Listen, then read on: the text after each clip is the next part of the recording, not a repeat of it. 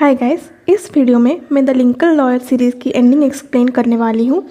इस शो की जो मेन लीड है मिकी हॉलर, वो एक क्रिमिनल डिफेंस लॉयर है। इस शो का मेन फोकस एक मर्डर ट्रायल था और मिकी हॉलर की comeback journey as a lawyer वो भी अच्छी तरीके से दिखाया गया है। जेरी विंसेंट के मर्डर के बाद उसकी सारी केस मिकी हैंडल कर रहा था, पर जो मेन केस था वो ट्रेवर एलियट का था, जिसके ऊपर ये इल्ज़ाम था कि वो अपनी बीवी और उसके बॉयफ्रेंड का मर्डरर है।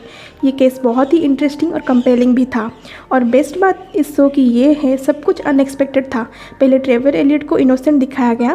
हम पहले ये सोच रहे थे कि वो सच में इनोसेंट है और उसकी वाइफ लारा को कितना प्यार करता है, और मिकी भी जूरी और जज को ये कन्विंस कर देता है कि ट्रेवर इनोसेंट है और केस जीत भी जाता है। पर एंडिंग में हम ये देखते हैं कि ट्रेवर ही असली मर्डरर है। ट्रेवर चाहता था कि उसे ही सब जीनियस समझे, जबकि असली जीनियस तो उसकी वाइफ लारा थी। वो 100 लाइन की कोड ट्रेवर ने ही लारा लिखी थी और द अनकैनी वैली गेम के पीछे लारा का ही दिमाग था।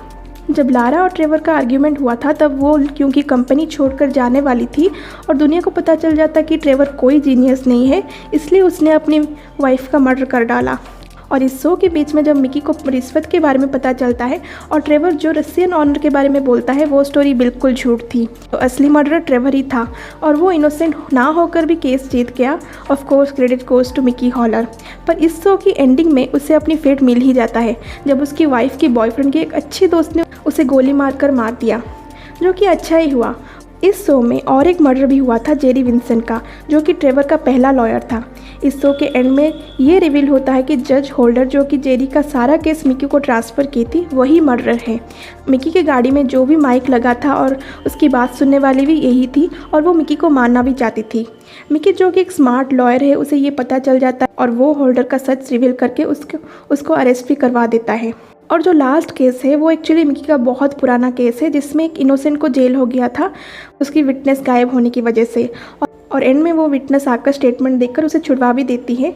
मिकी वो केस जीत भी जाता है और वो विटनेस मर्डरर को रिकॉग्नाइज करने के लिए ये बताती है कि उसकी हैंड में कुछ टैटू था।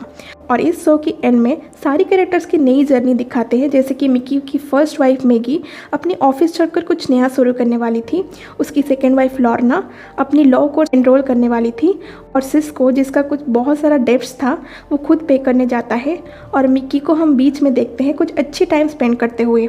और तभी हम देखते हैं कि एक आदमी उसको फॉलो कर रहा था और उसका स्टॉकर भी है, जो कि वही मर्डरर है जिसका हाथ में वो टैटू था। तो हम ये एक्सपेक्ट कर सकते हैं कि इस शो के सेकंड सीजन में हम ये केस फिर से देख सकते हैं और मिकी और सभी कैरेक्टर का कुछ पर्सनल बैटल भी देख सकते हैं। अगर आपको वीडियो अच्छी लगी तो please like to this video and subscribe to my channel. Thank you.